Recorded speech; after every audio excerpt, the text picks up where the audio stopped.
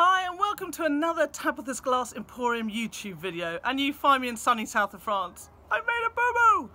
I was supposed to film the intro to my video before I left to go on holiday, but I forgot. So I filmed everything for this fantastic Easter project video.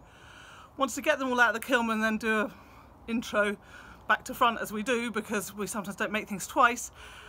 And I forgot. So we're going to cut to the fantastic projects I'm going to show you how to make, and then me showing you how to make them, and I hope you enjoy.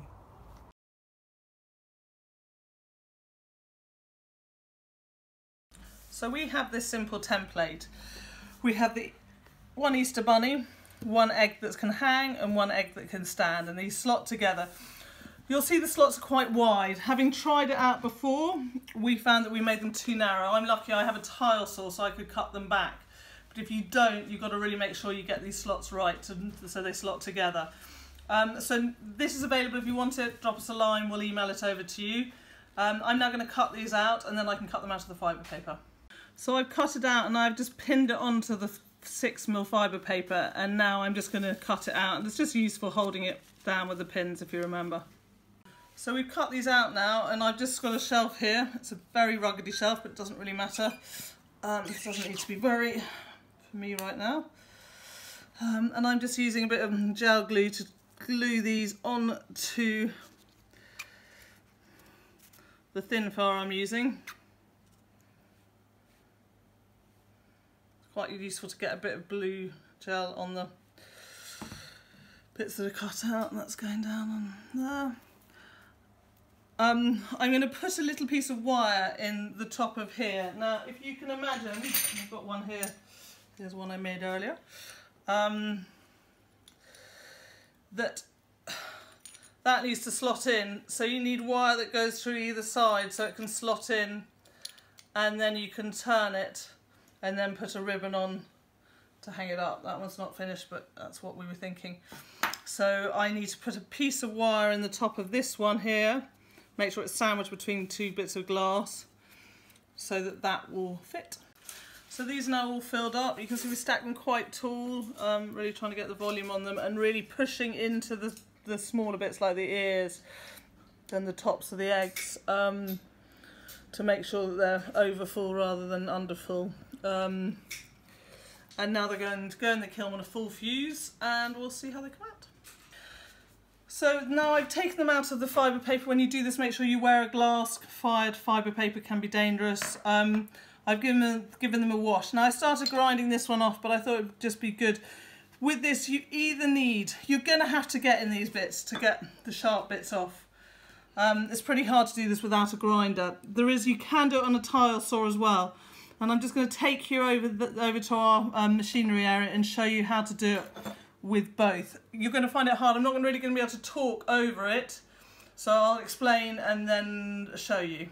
So with this, before I turn the machine on, I'll explain. You can grind the bottom bit on this, but the top bit we just have this bit on, and then I use a bottle of water to feed water as I'm doing it, and you're going to get it right down into these bits. So I'll just do a quick demo.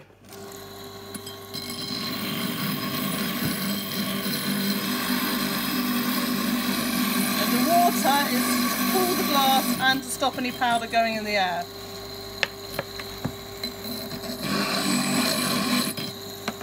And then the bottom bit, like this. So you can also do the inner bit on a tile saw if you want.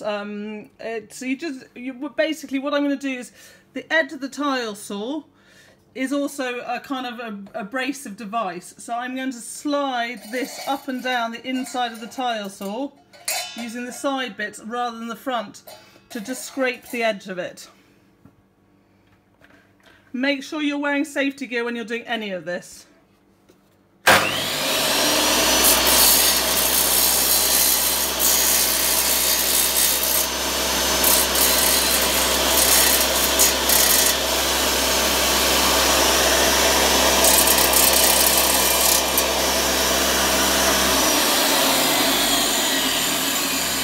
So you're pretty light. You don't want to go in hard, otherwise you'll cut into the glass. It's very, very light along the edge of this. This is a big tile saw, but if you've got a smaller one, you should be able to do the same.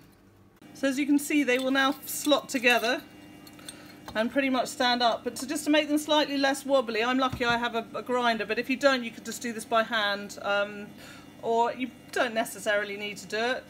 But just turning the water on, and literally all I'm doing is just with them together, giving them a little grind so that they stand up. So now we've ground them, you can see they fit together. We're giving them a really good clean. You want to make sure you get as much of the grinding scuzz and everything off before you put them into a fire polish. Some of them maybe don't fit as well as others as I'd like, but I still think they work really nicely as little decorations for Easter. This one, once it's been fire polished, you can turn this around and then put a ribbon through it, but we'll have a look at them once they're fire polished. So at the same time as fire polishing these, you can also do your bird's nests. So cutting out with 6mm fibre paper, a design that you like, and then just sort of using the gel glue to kind of hold it together so it doesn't move around too much while you're making it. So I've done one as a circle and one as some hearts. With the heart one, I'm going to start first. I'm just going to glue some little hearts on underneath. And see this little tester piece. It's quite nice if you actually have some murrine on the bottom. Just adds a little bit extra to the design.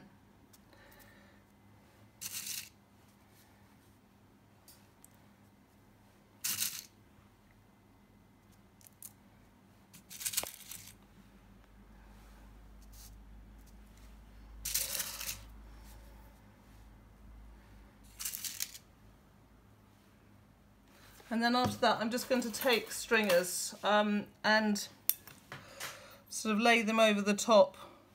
And I use quite a lot of gel glue with this, just to sort of, you know, hold the shape. If you can imagine, you can sort of see how many went on there.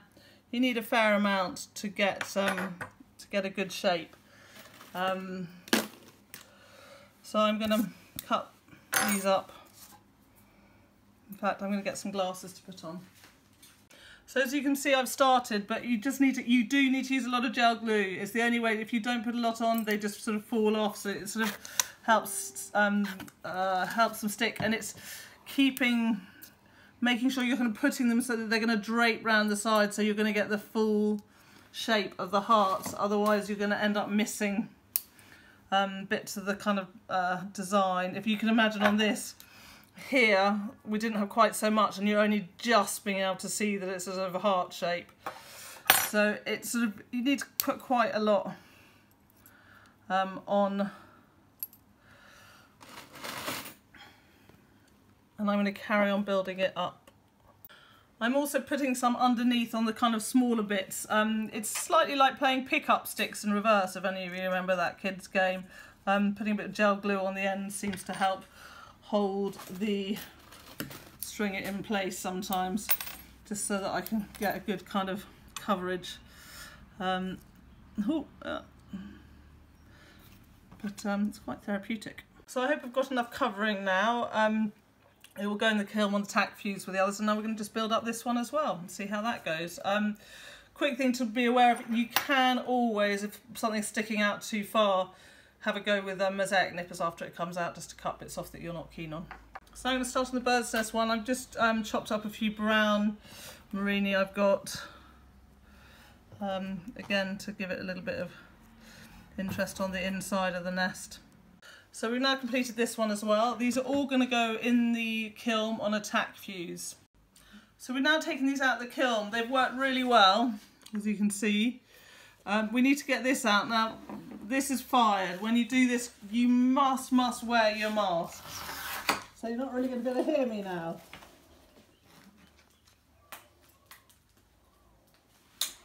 So you just want to tease it out.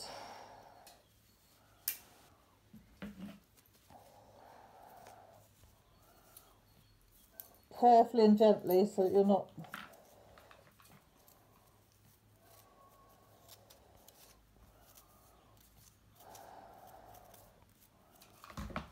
And then make sure you dispose of this before you take your mask off.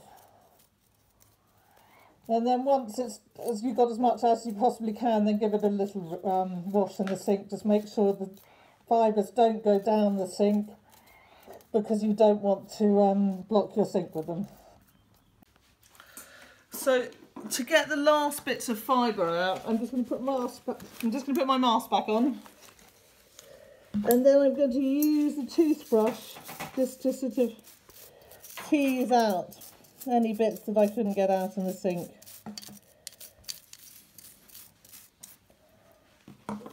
And the same with this one, it's not much. It's quite a soft toothbrush. Well, I don't know whether I want to brush my teeth with something like that, but it's not. This means you can get in there and just get the rest of the fibres out. So here's it all finished. We've got the little hanging egg here.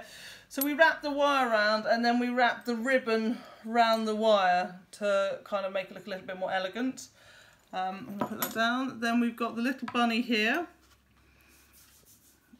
and the little standing egg. And then probably my favourite are the baskets. I'm just going to tip out the eggs. I think if I probably had more time, I would have added more stringers to this when it was this way up, particularly around the edges, and maybe refired it, which is an option you can always do if it's not got quite enough of the shape you want, because we lost a bit of the sort of heart shape around here. You can always fire it a bit more and leave it in the kiln, fire it longer. This one I think came out brilliantly. Oh, eggs escaping, it's fine, Sandra will eat them. And there you go, I think they look fantastic. I hope you've liked this video, and if you haven't liked it, please subscribe.